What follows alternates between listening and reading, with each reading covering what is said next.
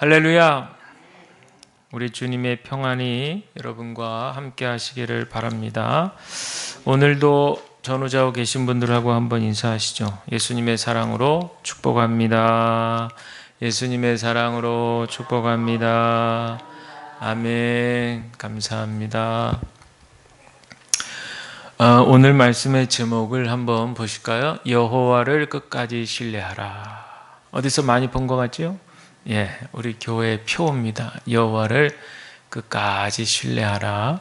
우리 교회 표의 말씀이기도 하고 또 지금 이때 우리 교회를 향하신 하나님의 말씀이다. 이렇게 믿어져요. 그래서 오늘 이 말씀 함께 좀 나누려고 합니다. 우리가 살아가는 세상이 참 불안한 세상이잖아요. 계획한 대로 되어지는 세상이 아니고 어디서 보니까 요즘에 이 변화가 이제 심한 시대인데 옛날에는요 100년에 변화될 것이 요즘에는 불과 몇 년 안에 또 이제 앞으로는 며칠 안에 몇 시간 안에 그냥 그렇게 초급 변화를 일으키는 그런 시대에 우리가 살고 있다고 그래요. 그러니까 무엇이 하나 이렇게 마음을 확 놓고 푹 놓고 말이죠. 이거야 하면서 확신을 가지고 그렇게 살아갈 수가 없는 시대가 이미 되었던 것이죠. 그러니까 이런 불안한 시대에서 많은 분들의 나타나는 현상은 옛날을 떠올리는 거예요. 옛날 그때가 좋았지. 우리 권사님들도 늘 말씀하시지만 그때가 좋았어. 그때 특송하던 시절이 좋았지. 그때 속회하던 시절이 좋았어. 이러면서 또 우리 다른 분들도 과거에 좋았던 때가 그리움이죠. 그건 한마디로 말해서 그리움이에요. 그래서 그 시대를 그때를 기억하고 생각하는 거예요. 그런데 오늘 말씀도 그렇고 하나님께서는 우리를 어떻게 인도하시는가? 우선은 우리가 기억할 것은 역사 가운데서 하나님이 인도하신다는 거예요. 그래서 우리가 이 구약 성경을 천덕꾸리 취급하면 안 되는 거예요. 왜냐하면 구약 성경이 버젓이 우리의 경전으로 이렇게 읽혀지는 데에는 명확한 이유가 있어요. 이스라엘이라고 하는 우리나라 보다도 작은 그런 어떤 나라인데 그 나라, 그 좁디 좁은 그 나라를 하나님께서 선택하셔서 그 수천 년의 시간의 흐름 속에서 그 이스라엘 백성들이 하나님의 계획 가운데 어떻게 인도함을 받느냐. 여기에는 하나님의 계획하심도 들어있고 그것을 실행하시려는 것도 들어있지만 또 하나는 그 선택받았다고 하는 이스라엘 백성들이 어떻게 하나님께 반응하고 호응하고 하나님의 뜻을 수용하고 때로는 거절하고 이런 어떤 복잡하고 얽힌 역사가 고스란히 담겨져 있는 것이 바로 구약 성경의 말씀이거든요. 그러니까 우리는 타임머신을 타고 수천 년 전으로 그렇게 거슬러 가서 그 시대 속에서 어떠한 상황 속에서 하나님께서 이들을 인도해 가시는가 우리가 이제 그것을 잘 헤아리면 그 가운데서 하나님의 음성을 들을 수가 있는 거예요. 그러고 나서는 지금의 우리가 살고 있는 이 시대를 한번 면밀하게 분석을 해보고 그 가운데에서 하나님의 뜻이 그 수천 년 전의 하나님의 역사가 이제 이 시대에도 이루어지는 것을 연결시키는 거예요. 그래서 하나님을 우리가 믿게 될 때 단순히 나 개인적인 상황 속에서만 믿는 것이 아니라 역사 가운데서 하나님은 인도하신다는 거죠. 우리 민족의 역사가 얼마나 질고의 역사예요? 지금 오늘 읽은 본문도 그렇지만 이스라엘 백성들이 바벨론의 포로 생활을 했거든요. 이 이사야서가 66장이라는 긴 장인데 그래서 읽을 때 긴 호흡을 가지고 읽어야 돼요. 긴 호흡을. 근데 이게요 시간적인 간격이 좀 있어요. 무슨 말이냐면 1장부터 39장까지는 주전 8세기경을 배경으로 하고 있어요. 주전 8세기경이라고 하면은 이제 이스라엘이 한 나라였다가 둘로 나뉘어지거든요. 북쪽은 이스라엘, 남쪽은 유다인데 나눠진 나라도 하나님을 잘 믿질 못해가지고 말이죠. 자꾸 외세의 공격을 받게 돼요. 근데 그 당시에 아시리아라고도 하는 아수르 제국이 호심탐탐 이 이스라엘의 지정학적인 위치가 상당히 주변 국가, 우리나라하고 참 비슷한 거예요. 우리나라를 관통해서 저 북쪽으로 올라가기가 너무 좋고, 그래서 그냥 큰 나라들이 우리나라를 그냥 집어삼키려고 얼마나 많은 노력들을 했어요. 그래서 실제로 먹히기도 하고 빼앗기기도 하고 이런 질고의 역사가 있는데, 이스라엘도 비슷한 거예요. 그래서 아수르가 주전 722년경에 북쪽 이스라엘을 먼저 침공을 해서 이제 자기네 소유로 만드는 거죠. 그 당시에는 아수르가 제일 무서운 나라였어요. 그래서 야, 어떡하나, 아수르한테 잘못 보면 큰일이다. 그리고 남쪽 유다도 계속해서 위협을 받고 있었던 그런 상황이니까 결코 마음을 놓을 수가 없는 상황이죠.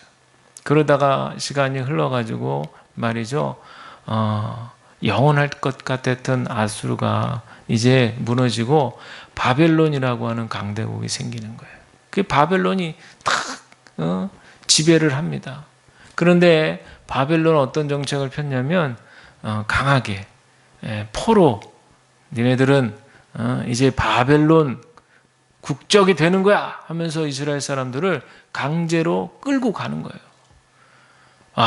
그래가지고 말이죠, 예루살렘에 있는 많은 사람들이, 유다 백성들이 바벨론으로 끌려갑니다. 자, 바벨론으로 끌려가서 우리 일제 치하처럼 한 36년 좀 있다가 해방됐으면 참 좋았을 텐데, 몇 년을 거기서 포로 생활을 했어요?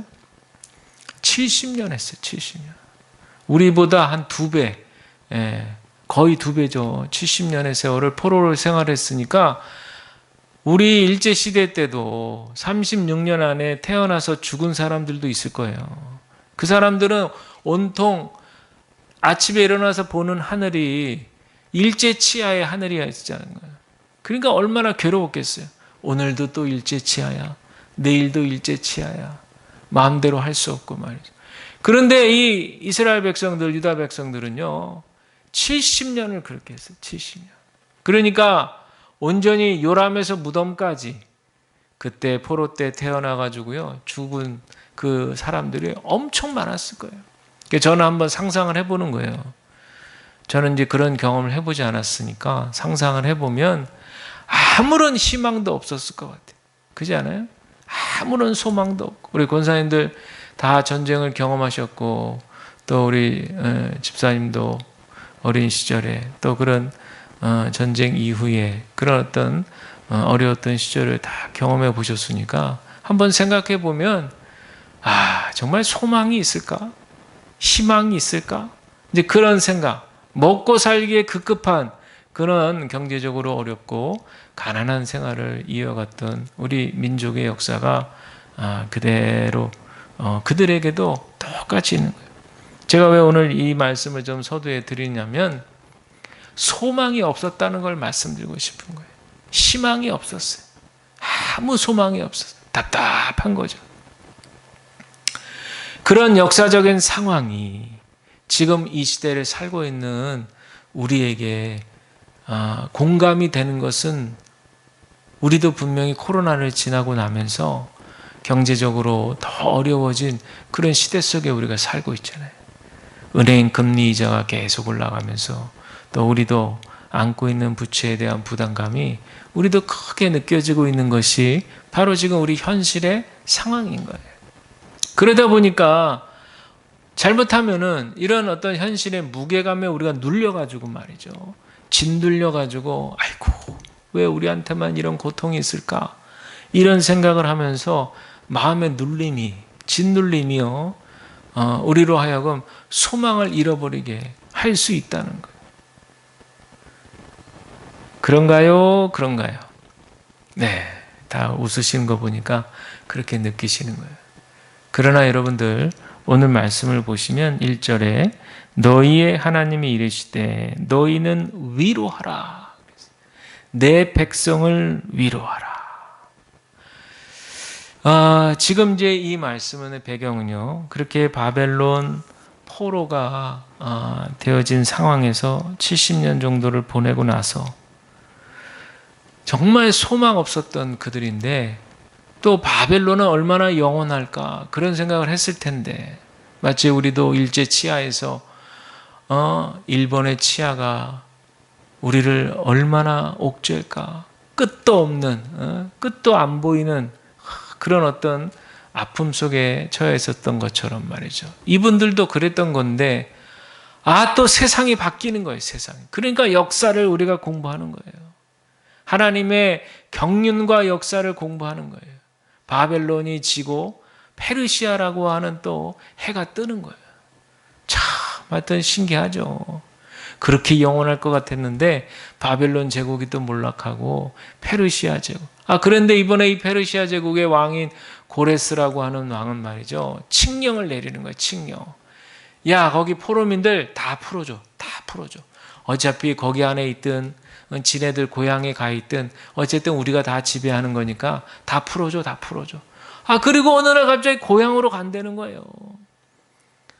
야, 이거 막 볼을 막 꼬집어 보고 말이죠. 옆 사람 막 꼬집어 보고, 이게 생시야, 꿈이야, 생시야. 어저께 죽은 사람도 있을 텐데 어저께 죽은 사람 원통해서 어떡하나 말이죠.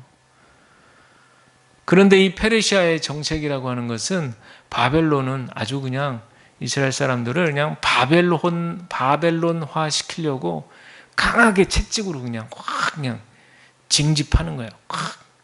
그런데 이 페르시아 정책은 반대. 우리는 그렇게 하지 않아. 야, 니네들 믿는 종교 다 우리가 인정해 줄게. 그러면서, 왜냐하면 이 유다 백성들이요, 바벨론에서 제일 힘들었던 게 뭐냐면, 제일 소망이 꺼져가는 것이 뭐냐면요, 바벨론 우상을 섬겼던 거예요. 강하게 밀어붙이니까 바벨론에서, 야, 너희들 이제부터는 우리가 믿는 신을 따라야 된다, 이렇게 나오니까. 옛날에 일제시대 때도 그랬잖아요. 천황 가성량 고개 숙여 탁 이러고 말이죠. 물론 거기에 저항했던 순교자들도 많이 있었지만 대부분은 다 거기에 절을 했어요. 그러니까 그것 때문에 이 사람들도요, 우리는 하나님만을 섬겨야 되는 백성들인데 이게 뭔가 이러면서요, 사람이 왜 조금 양심의 가책을 받는 일을 한 번, 두 번 하면 그렇게 이제 힘들어 하잖아요. 그러니까 아마 처음에는 그들도 그랬을 거예요. 너무 힘들어. 그런데 이것도 한 번, 두 번이지 하루 이틀이지 시간도 지나고 세월도 지나고 하잖아요. 그러면 인간이 어떻게 되는 줄 아세요? 무뎌지는 거예요. 무뎌져. 죄에 대해서 무뎌지는 거예요. 어쩔 수 없는데 내가 그 사람들 말 안 따르면 나는 이제 내 생명은 끝인데 어떻게 하면서 그냥 그 허송세월 시간 보내면서 죄에 무뎌지고 말이죠. 거기에 우상숭배 그렇게 하게 되고, 그러니까 이 사람들의 마음에 하나님이 주시는 꿈과 비전과 소망이라는 것은 다 날아가 버리는 거예요. 여러분, 비단 우상숭배를 우리가 지금 하지 않고 있다고 해서 우리는 다르다 이렇게 볼 수 있을까요? 우리 마음에 하나님이 살아계심에도 불구하고 여전히 실망하고 낙심하고 낙담하고 부정하고 이런 여러 가지 부정적인 감정들로 우리 안에 가득 차여져 있는 우리가 신앙인이라고 하면서 그 가운데에서 우리가 살아가고 있다면, 저는 그것 또한 바벨론에서 속국으로 살면서 속민으로 살면서 거기서 우상숭배하는 그들과 우리가 다를 바가 없는 거예요. 중요한 것은 하나님의 살아계심을 믿느냐 믿지 않느냐 그거거든요. 나도 모르게 우리 안에 불신이 들어오고, 나도 모르게 엄청난 이런 코로나 여파로 인해서 우리 안에 부정적인 생각이 들어오고, 낙심과 낙담과 실망과 좌절하는 일이 얼마나 많아요. 또 우리 개인적으로도요, 여러 가지 일들을 계획하고 준비해서 시행하는데 하는 일마다 안 될 수가 있어요. 하는 일마다 안 될 수가 있어요. 그럴 땐 정말 얼마나 낙심이 돼요. 얼마나 낙담이 돼요. 아, 나는 왜 이럴까? 다른 사람들은 이 어려운 때에도 잘 되는 사람들은 잘 되는 것 같은데 나는 왜 이럴까? 난 뭘 해도 잘 안 돼.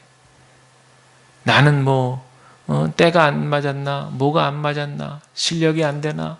별별 생각을 다 할 수 있잖아요. 여러분, 그런 생각 속에서 우리가 점점점 낙심하고 낙담하게 되는 거예요.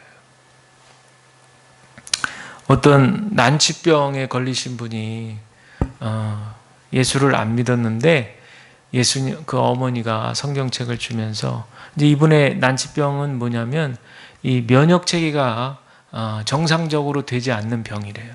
그래가지고 서로 막 안에서 공격을 한다는 거예요. 서로. 그러니까 이거는 원인이 없어, 원인이. 그러다 보니까 벌써 지금 장기가 대장은 막 다 드러냈고 소장도 3분의 1밖에 남지 않는 그런 상황이래요. 그러니까 얼마나 어이가 없겠어요.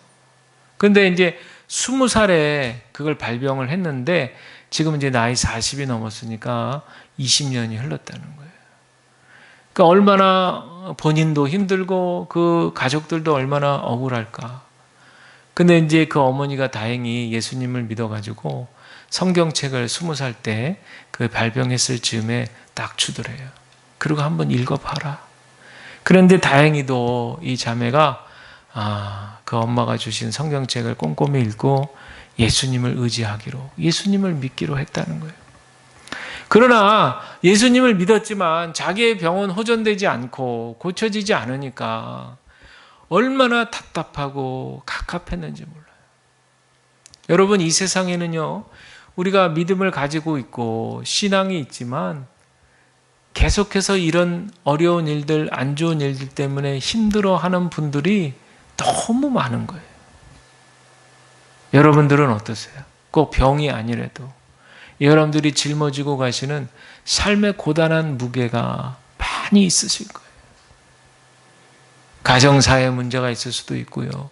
또 경제의 문제가 있을 수도 있고, 또 내 개인적인 진로의 문제, 또 영적인 문제, 여러 가지 문제, 정말 풀려지지 않는 그런 문제들.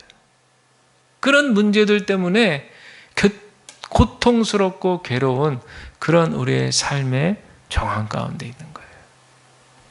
지금 이렇게 말씀을 전하고 있는 저도 목사님은 저렇게 목회하고 말씀을 전하는 사람이니까 하나님이 특별히 보호하시겠지.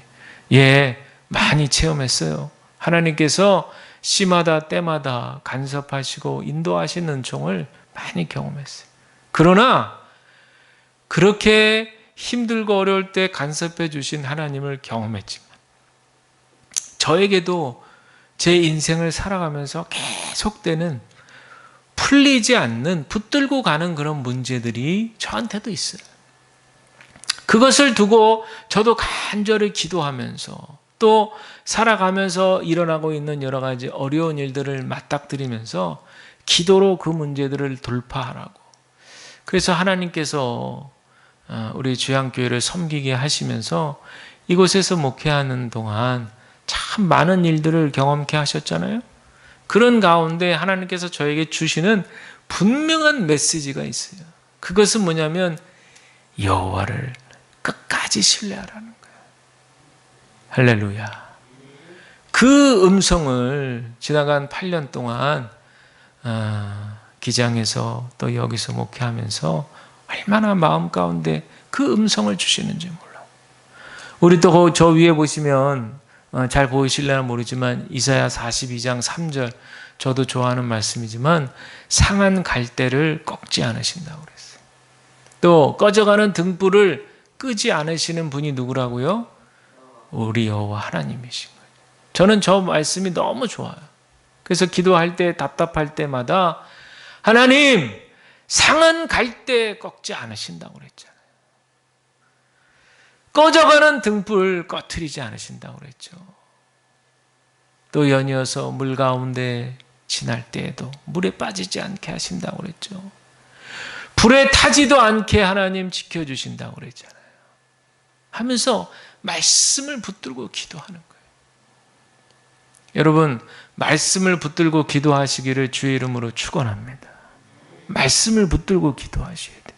왜냐하면 그 말씀이 하나님의 뜻이라고 믿기 때문에, 하나님의 약속의 말씀이라고 믿기 때문에, 그래서 우리는 그 말씀을 붙들고 기도하시는 습관을 가지셔야 돼요. 그러려면 이제 말씀을 읽어야 되잖아요. 혹은 말씀을 보시든지 읽든지 말씀을 이제 옮겨 적으시든지 그런 작업을 하셔야 되는데, 또 아니면 말씀을 외우시든지. 저는 옛날에 제자 훈련 받을 때 제자 훈련 코스에 우리 경험해 보신 분 아시지만 말씀을 암송해야 돼요. 말씀. 처음에는 막 뭐 옛날에 어렸을 때 교회 학교 수련회 가면은 밥 먹으러 가기 전에 꼭 말씀을 외우게 했거든요. 그래서 참 치사하다. 밥 먹는데도 이렇게 뭔가를 노동을 시키네. 막 그럴 때 그런 불평을 했던 기억이 나는데, 이렇게 커서 정인이 돼가지고 제자 훈련하는데 한 구절 한 구절 외워야 되는 거예요. 내가 그리스도와 함께 십자가에 못 박혔나니. 그 이상하게 외우면서 이렇게 마음에 더 스며들어 오는 것 같아요. 그런즉 이제 내가 사는 것 아니요 오직 내 안에 그리스도께서 사신 것이라. 그렇지. 그냥 평소에 이렇게 듣고 머릿속으로 쏙 듣고 알아 하고 쓱 지나가는 게 아니라 왠지 외울 때는 마음속으로 쏙 들어오는 것 같아요. 그러니까 이제 내가 육체 가운데 사는 것은 나를 사랑하사 날 위하여 자기 자신을 버리신 하나님의 아들을 믿는 믿음 안에서 사는 것이. 아직도 외우고 있잖아요. 제가 이게 20년이 지났는데도, 20년이 뭐야 30년이 지났구나. 그런데도 외우는 거야. 왜? 그 하나님의 말씀이 저의 것이 됐기 때문에. 살아서 역사하는 거예요. 할렐루야. 여러분, 말씀을요 많이 섭취하셔야 돼요. 그래야 하나님께서 감당할 만한 시험도 주시고 피할 길도 주신다는 이 고린도전서의 말씀도 믿어지게 될 줄로 믿습니다. 말씀을 많이 섭취하세요. 맛있게 섭취하세요. 그리고 말씀을 외우세요. 그냥 외워. 연세 드신 분들도 외울 수 있어요. 그러면 치매 예방에도 좋고요. 두뇌 회전도 되고요. 그러니 뭐 젊은 사람들은 뭐 더 말할 것 없죠. 그냥 뭐 다 외워야 돼요. 전에 우리 가족도 이렇게 매일마다 성경 암송 한 적이 있어요. 그래가지고 하루 동안에 한 구절씩 제가 그런데 카톡에다가 보내면 하루 동안에 이제 외워야 돼. 그리고 이제 밤에 잠들기 전에 이제 다 모여 해가지고 테스트 쫙 하는 거죠. 근데 참 하여튼 좋은 시간이더라고요. 여러분, 말씀을 붙들고 기도하셔야 될 줄로 믿습니다. 특별히 요즘 같은 때에는 더더욱 그래요. 요즘 같은 때에 우리가 지금 어렵고 힘든 때인데 왜 말씀을 붙들고 기도해야 되는지 제가 증명의 말씀을 드리면 7절, 8절, 특별히 8절 말씀 우리 다 같이 한번 읽어볼까요? 시작. 풀은 마르고 꽃은 시드나 우리 하나님의 말씀은 영원히 서리라 하라. 아멘. 그랬어요. 풀이라고 하는 것은 그 위에 6절에도 나오지만 우리 인생을 비유하는 거예요. 우리 사람의 인생, 길지 않는 한 100여 년 되는 인생을 풀이라고 비유하는 거예요. 그 풀에 꽃이 피었다, 아름다운 꽃이 피었다라고 한다면 그 꽃은 우리가 화려했던 시절, 영광스러운 시절을 얘기하는 거예요. 그러나 그 풀의 꽃도 어떻게 돼요? 다 시들게 되잖아요. 다 시들어요. 다 꽃은 떨어져요. 볼품 없어져요. 비가 오면 다 떨어져 가지고요. 그냥 사람들 발에 밟힐 뿐인 거예요.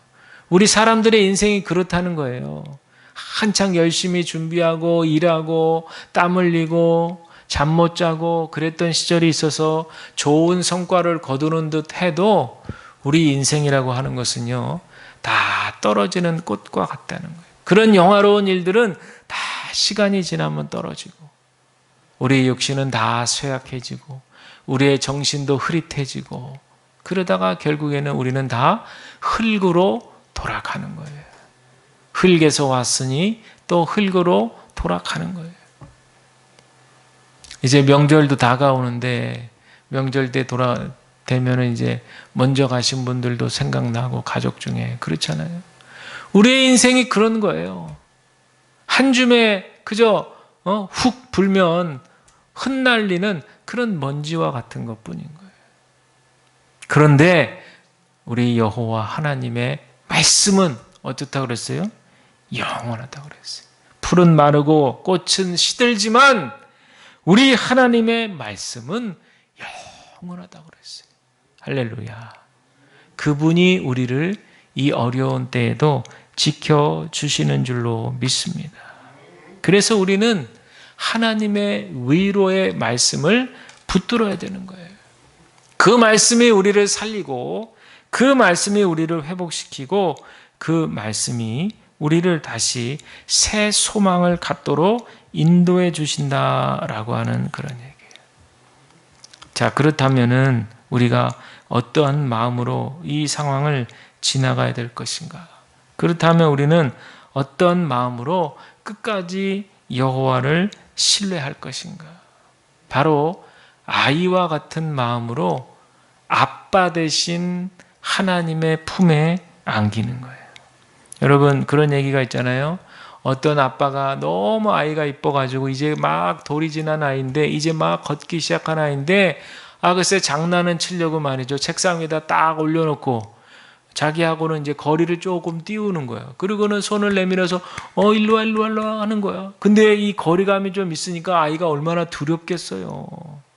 이거 훅 보니까 밑에는 좀 높이가 있는데, 그런데 이 아이의 눈빛이 반짝반짝 빛나요.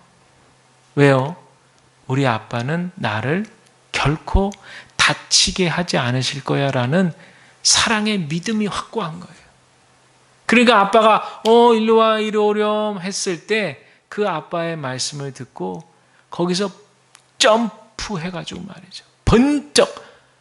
그냥 점프도 아니죠. 솔직히 그 돌 지날 때쯤이면 점프할 힘도 없고 그냥 허공에 발짓을 딱 내딛는 거죠.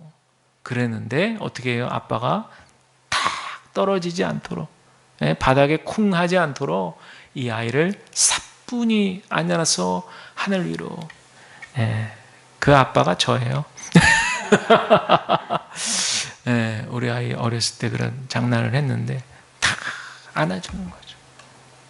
근데 여러분, 이게 신앙적으로요 굉장히 의미가 있더라고요. 지금 우리가 처해 있는 현실적인 상황 때문에 하나님과 지금 의심이 되니까 도대체 하나님 살아계시다면 지금 우리에게 왜 이런 일이 생기는 거냐고 항변할 수 있거든요. 그러니까 지금 뭔가 하나님과의 관계가 거리감이 생긴 거예요. 친밀하지가 않는 거예요. 확고하게 믿었다고 생각했는데 저는 정말 주님을 확실하게 믿습니다 생각했는데 이 뜻하지 않는 어려움이 생기니까 나도 모르게, 이럴 때 쓰는 말이에요. 나도 모르게 연약한지라 자꾸 불신이 들어온 거예요. 그러다 보니까 하나님과의 거리감이 생기면서 하나님을 전적으로 신뢰하지 못하게 되는 거예요. 그런데 여러분, 그럴 때에도 하나님은 두 팔을 벌려서 우리에게 말씀하시는 거예요. 이리로 와, 이리 와. 여기가 안전한 곳이야. 이제 너희들은 고향으로 돌아가도 돼. 자, 그런데 여기서 이제 결론적으로 중요한 부분이 있어요. 이 얘기를 이제 말씀하고 마무리할 건데 뭐냐 하면요. 잘 생각해 보세요. 포로 생활을 70년이나 했단 말이에요. 그리고는 고향으로 돌아가야 돼. 그 당시에 교통수단도 발달되지 않았는데 고향까지 예루살렘으로 돌아가는 길도 여정도 엄청 멀고 힘들 뿐만 아니라 또 가만히 생각해 보니까 그럭저럭 포로 생활한 것도 살만했어요. 자, 이거 굉장히 중요한 내용에 이해를 잘 하셔야 돼요. 비록 그 사람들이요, 하나님을 믿어야 되는 사람들이 물론 강압에 못 이겨서 할 수 없이 우상도 섬기게 됐고, 거기 사람들하고 자폰해가지고 자식도 낳고 막 피가 섞이기도 하고, 이래저래 해가지고 하나님 싫어하는 짓거리만 하면서 그렇게 시간을 보내서 살아서 아무 소망도 가지지 않고 희망도 없이 살았지만 나름대로 하루 세 끼 먹고 살았어. 적당히 운동하면서 일하면서. 어디 그것뿐이에요. 예? 밭도 갈라 그러지, 애도 낳으라 그러지. 그러니까 거기서 그냥 살 만큼 살았어요. 살았어. 그런데 뭘 또 이신까지 살았는데 굳이 또 고향으로 돌아가네. 이들에게는 도전 아닌 도전이었던 거예요. 아이가, 아빠가 일로 와, 내 품으로 와. 근데 그거를 딱 한 발을 내디딜 때는 그 아이한테는 굉장한 도전이었던 거예요. 그냥 거기서 자지러지면서 몰라 하면서 막 울고 그냥 그 아이 푹 주저앉을 수도 있어요. 아빠 품에 가려면은 어쨌든 허공에다 발을 한 발 딱 내디뎌야 되는 거예요. 걔 지금까지 한 1년 산 그 아이의 인생 속에는 있을 수 없는 지금 도전이 일어난 거잖아요. 지금 우리한테도 그러한 도전이 우리 앞에 펼쳐져 있는 거예요. 우리가 하나님의 품에 푹 안기고 그 안에서 평안한 안식을 누리고 말이죠. 그 안에서 정말 주님, 아빠, 제가 왔어요 하고 우리의 마음을 푹 정말 다 내려놓고 말이죠. 그리고 주님을 경험하는 것이 너무 중요해요. 그러면 우리가 일상사에서 일어나는 여러 가지 일들 가운데 성령께서 역사하시거든요. 그 성령께서 그걸 어떻게 증명해 보일 수 있냐면 여러분의 마음 상태를 예민하게 살펴보면 알 수 있어요. 어떠한 일로 인해서 크든 작든 일로 인해서 마음이 푹 가라앉을 때가 있잖아요. 그때에서 다시 이렇게 일어날 때가 있어요. 그때가 언제인지를 잘 생각해 보세요. 그래서 제가 기록을 해보시라 그런 말씀을 드린 거예요. 그때가 언제냐면 하나님의 말씀이 역사할 때, 하나님의 공동체가 함께 어울릴 때예요. 하나님의 이름을 찬양하며 예배드릴 때예요. 하나님께 마음을 다해서 기도할 때예요. 이런 경건의 통로를 통해서 하나님과 접촉하게 될 때, 그때 성령께서는 푹 가라앉았던 우리의 마음을 다시 일으켜 세운단 말이에요. 여러분, 이렇게 매주일마다 예배 오시는 이유가 뭐예요? 주시는 하나님의 생명의 말씀이 지금 제 입을 통해서 증거가 되고 있는데, 그 한 30여 분 전달되어지는 말씀 속에 뭔지 모르지만 한 구절이라도, 한 단어라도, 한 말씀이라도 성령께서 여러분들의 마음을 딱 터치하시고 있잖아요. 할렐루야. 여러분, 저는 많이 경험하고 여러분들도 이제 경험하시지만 한번 탁 담궈지면 전체가 스며드는 거예요. 우리의 마음이 계속 우울해하고 그늘 속에 있어도 하나님의 말씀이 한번 살짝만 이렇게 탁 담궈지잖아요. 그냥 쫙 퍼지는 거예요. 그래서 우리 온 몸에, 우리의 전 인격에 말씀의 기운이 쫙 스며들어가서 우리에게 새 힘이 솟는 거예요. 할렐루야. 이게 말씀의 능력이에요. 그리고 이것이 바로 하나님의 위로의 방법인 거예요. 지금 유다 백성들은 포로가 끝난 건 너무 좋은데 고향으로 돌아갈 생각하니까 끔찍한 거예요. 귀찮아 죽겠네. 지금까지 잘 살아왔는데 나 이제 좀 있으면 죽을 것 같은데 뭘 가. 나 그냥 여기서 죽지. 그리고 또 하나 문제 또 뭔지 아세요? 그 예루살렘 고향에 포로로 가지 않고 남겨진 거류민들이 약간 있었어요. 그 사람들은 70년 동안 살기 좋았거든요. 거류민들 기득권을 유지하면서 나름대로 혜택을 누리면서 그 안에서 살았어요. 그런데 소식을 들어보니까 포로 갔던 사람들이 돌아온다는 거야, 이거. 그러면 이제부터는 같이 나눠야 되는 거예요. 우리만 누렸던 이 행복, 우리만 누렸던 기득권, 이 혜택을 다 나눠줘야 되는 판이에요, 지금. 그러니까 집으로 가야 될 사람들도 불편하죠. 집에서 맞이해야 될 사람들도 힘든 거예요. 자, 이런 말씀을 들으면서 결론적으로 우리에게 주시는 하나님의 음성은 뭘까요? 하나님이 주시는 고난 끝의 축복 속에는 우리로 하여금 변화를 요구하시는 게 있단 말이에요. 그걸 우리가 믿음으로 받아야 될 줄로 믿습니다. 하나님께서 우리에게 어떤 변화를 요구하실지 몰라요. 그러나 결론적으로 말씀드리면 그 변화 요구가 우리를 더 새 희망에 솟을 수 있도록 하시는 그런 하나님의 변화의 요구라고 하는 사실을 여러분들 기억하시기를 바랍니다. 개인일 수도 있고 공동체일 수도 있어요. 내 개인에게 내가 지금까지 계속 시도하고 계획하고 했던 일들이 잘 안 되었을 때 하나님께서는 뭔가 나에게 새로운 변화를 요구하실 수 있단 말이에요. 또한 우리의 공동체에 하나님께서 이제 이 고난의 터널이 지나고 나면 새 희망과 소망을 주실 때에 우리에게 생각지 못한 변화를 요구받게 하실 수 있단 말이에요.